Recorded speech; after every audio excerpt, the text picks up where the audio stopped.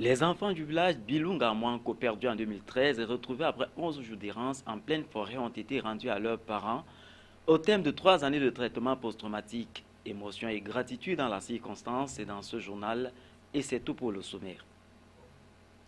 Et mettant sous le ciel de Douala, vous êtes sur CAM News 24, mesdames et messieurs, bienvenue au journal. Ils sont 4 garçons et 4 filles du village Bilunga Mwanko qui ont retrouvé leurs familles respectives jeudi dernier après 3 années de traitement post-traumatique. Perdus le 6 septembre 2013, puis retrouvés après 11 jours d'errance en pleine forêt, les 8 enfants ont retrouvé leur équilibre psychologique. La cérémonie de remise aux parents a eu lieu au centre d'accueil et d'orientation de Bipanda sous la coordination du gouverneur de la région du littoral. Reportage.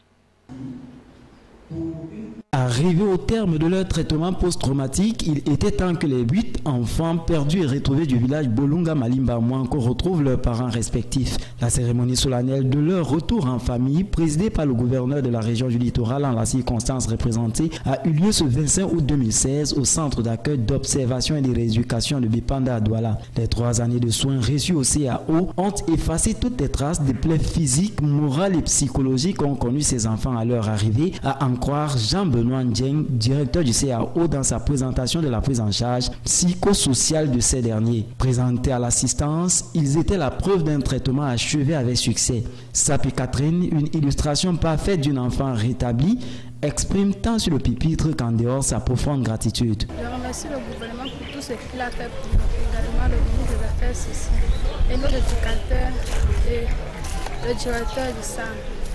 Je remercie également la mère qui préparait pour nous. Je remercie pour tout ce qu'ils ont fait pour nous. Grâce à eux, je suis devenu quelqu'un. C'est aussi à ce refrain de remerciements que s'accordent les parents de ces bambins. Aujourd'hui, vous les voyez physiquement, ils sont bien portants. Ils sont très très bien portants. Je remercie beaucoup l'État, le gouvernement Cameroun tout court, de ce qu'ils ont fait pour ces enfants. C'est un sentiment de soulagement d'abord et puis de satisfaction ensuite parce que nous avons frôlé le pire. À titre de rappel, ces enfants ont disparu dans la forêt de Bolunga le 31 août 2013 et après avoir passé 11 jours en forêt, ils ont, par la grâce de Dieu, pu être récupérés et ils ont été pris en charge par les autorités sanitaires au niveau des DA. Yara Savam, représentant du gouverneur du littoral, a dans son allocution encouragé les enfants à être des modèles de comportement. À leurs parents, il a dit de continuer d'assurer leur encadrement. Madame la déléguée régionale des affaires sociales pour le littoral a quant à elle saisi cette occasion pour témoigner sa reconnaissance à toutes les contributions à cette entreprise à la fois fastidieuse et exaltante. Alors, tout ce travail qui a été abattu, ces enfants ont requis un niveau scolaire appréciable puisque tous ont accédé à une classe supérieure et leur santé n'est pas reprochable. Et nous leur souhaitons un bon retour en famille et nous espérons que les familles vont continuer à faire le même travail que nous avons fait. Nous n'allons pas les lâcher, nous allons continuer le suivi. L'on a procédé par la suite à la remise symbolique des appuis aux enfants et à leurs parents. Après la photo de famille, les 8 ont mis le cap vers leur Mwanko natal. Il convient de rappeler pour l'histoire que le 6 septembre 2013, 9 enfants, alors âgés entre 9 et 12 ans, avaient disparu dans une forêt. 8 avaient été retrouvés et placés à l'hôpital annexe DDA, puis conduits le 3 octobre de cette année au CAO pour leur réinsertion sociale. 3 années plus tard, ils sont ainsi remis à leur famille. Mieux instruire les entreprises sur la dangerosité des appareils à rayonnement ionisant, c'est l'objectif du séminaire de formation sur le plan d'urgence radiologique en milieu industriel organisé à Douala le 25 août par l'Agence nationale de radioprotection du Cameroun. Des instructions comptent aussi suivi Justice Totom et Josué Ngongan. L'Agence nationale de radioprotection du Cameroun veut sensibiliser les entreprises sur la dangerosité des rayonnements ionisants qui sont une lumière visible ou non capable de déposer assez d'énergie dans la matière qu'elle traverse pour provoquer des dégâts. Ces rayonnements ionisants peuvent être le produit de la radioactivité d'atomes tels que l'uranium ou le plutonium. Ils ont des applications dans les domaines de la défense, de la santé, de la production de l'électricité et bien d'autres cas encore. On en dénombre 3 types principaux, les rayons alpha, les rayons bêta et les rayons gamma, produits non seulement naturellement mais aussi par des appareils généralement utilisés en milieu industriel. D'où la tenue du séminaire de formation sur le plan d'urgence radiologique en milieu industriel. Le séminaire que nous avons organisé sur les plans d'urgence radiologique en milieu industriel vise à donner aux industriels qui utilisent les sources de rayonnement ionisant les modèles de plans d'urgence pour chaque pratique. Les sources de rayonnement ionisant, c'est quoi? C'est les sources radioactives, c'est les générateurs de rayons X. Vous savez que ces dispositifs sont utilisés aussi bien en milieu industriel qu'hospitalier. Nous avons démarré ce genre d'exercice avec les milieux hospitaliers et les modèles de plans d'urgence ont été distribués dans tous les centres hospitaliers du Cameroun. Au-delà des centres hospitaliers, plusieurs autres structures sont aussi exposées à des dangers d'ionisation. Il s'agit des entreprises utilisatrices des appareils comme les scanners, les scalpettes et chalumeaux au laser, sans oublier des entreprises de produits chimiques. Ce séminaire est assez important compte tenu de l'ignorance de certains utilisateurs d'appareils ionisants dont l'impact sur la santé peut être irréversible.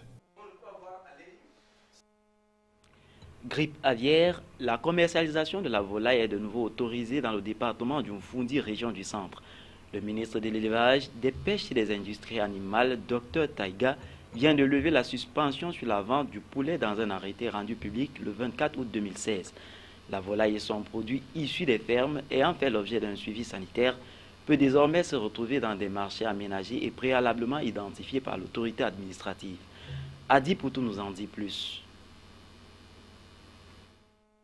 Les agriculteurs de Yaoundé peuvent pousser un ouf de soulagement après l'officialisation de la mesure du MENEPIA visant la commercialisation de nouveau de la volaille dans le département du Mfundi. Dans la mouvance du test du ministère de l'Élevage, des Pêches et des Industries animales, le gouverneur de la région du Centre a rendu public un arrêté précisant les marchés aménagés et respectant les règles de biosécurité, d'hygiène et de salubrité. Il s'agit de 9 marchés répartis dans les 7 arrondissements que compte le département, à savoir le marché de Sam, le marché de Mokolo, le marché de l'interprofession avicole du Cameroun Ipavik, le marché de Vormbi, le marché des Kounou, le marché des Sos, le marché du Rond-Point Express, le marché de Nkolbisson et le marché du Mfundi. Depuis la découverte en mai 2016 d'un foyer de grippe aviaire H5N1 et la mort de 15 000 volailles en 3 jours au complexe avicole de Vorbeti à Yaoundé, la vente et la consommation de la volaille avaient été suspendues sur toute l'étendue du territoire national. L'épidémie qui s'est répandue dans les principaux bassins de production, notamment Yaoundé, Bafoussam, Bayangam, Ebolova et Dabé, a paralysé le secteur et causé, selon l'interprofession avicole, des pertes estimées à plusieurs milliards de francs CFA.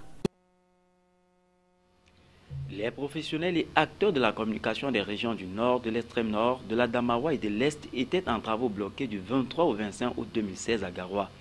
Ils y suivaient un atelier de formation de 3 jours dont l'objectif était de renforcer leur capacité en matière de droits de l'homme, de droit à l'information, du rôle des médias dans la promotion de la démocratie et la sécurité des journalistes en période de crise ou de conflit. Les détails avec Giscard Raman Bonnier et Eric Ticheux.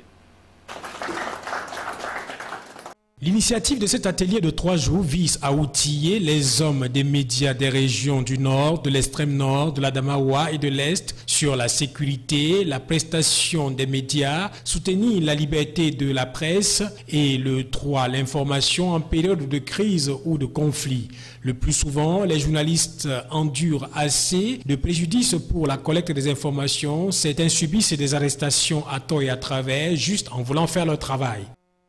L'actualité dans notre sous-région impose également que des échanges sérieux soient faits sur la question parce que nous estimons à l'UNESCO que la meilleure protection du journaliste, c'est son professionnalisme.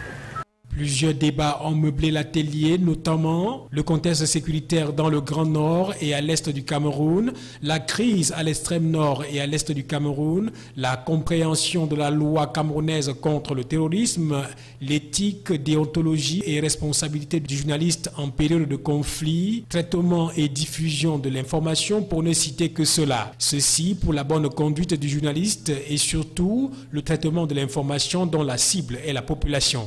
Le journaliste peut, dans cette matière sensible qu'est l'information, situer les faits, éclairer les consciences, orienter les populations.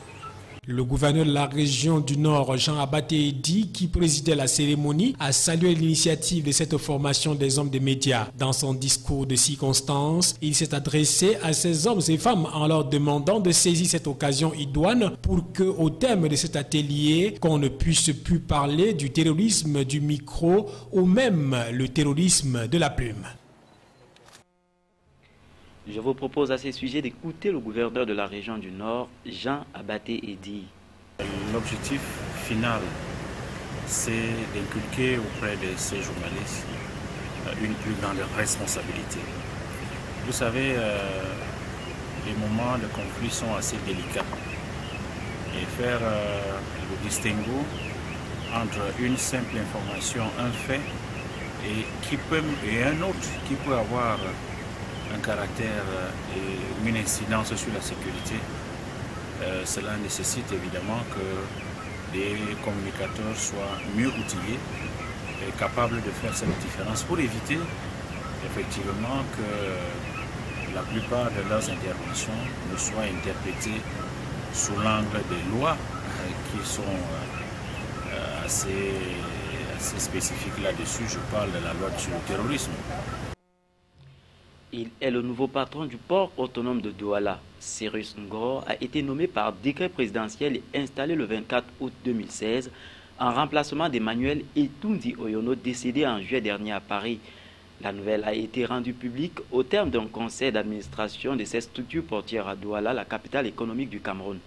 La présentation de l'homme avec Justice Totom. Le port autonome de Douala a un nouveau directeur général. Nommé à l'issue d'un conseil d'administration tenu le 24 août 2016 à Douala, le nouveau DG remplace à ce poste Emmanuel Etundi Oyono, décédé en France récemment.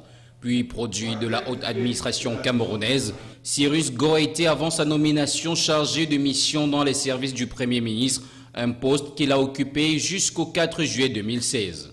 Mais avant ce poste, il était en fonction à la division des infrastructures techniques, toujours dans les services du Premier ministre à Yaoundé, aux côtés de Charles Mouko-Konjo, qui conserve le fauteuil de directeur général adjoint.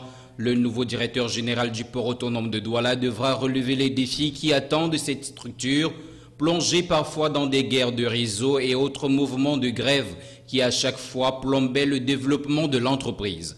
Il est désormais question de prendre véritablement en main ce géant de l'économie camerounaise. À titre de rappel, Cyrus Ngor s'était illustré en avril dernier en présidant un comité interministériel mis en place sur instruction de la présidence de la République chargé de voix claires dont des plaintes de malversation financière émanant des membres des syndicats routiers du Cameroun et qui avaient donné lieu à des rapports de la CONAC. Le travail de ce comité interministériel avait conclu que l'État du Cameroun a perdu plus de 158 milliards de francs CFA en 25 années de gestion du Bureau général du fret terrestre. C'est donc un homme, on peut le dire, suffisamment outillé en matière de finances qui tient désormais les commandes du port autonome de Douala.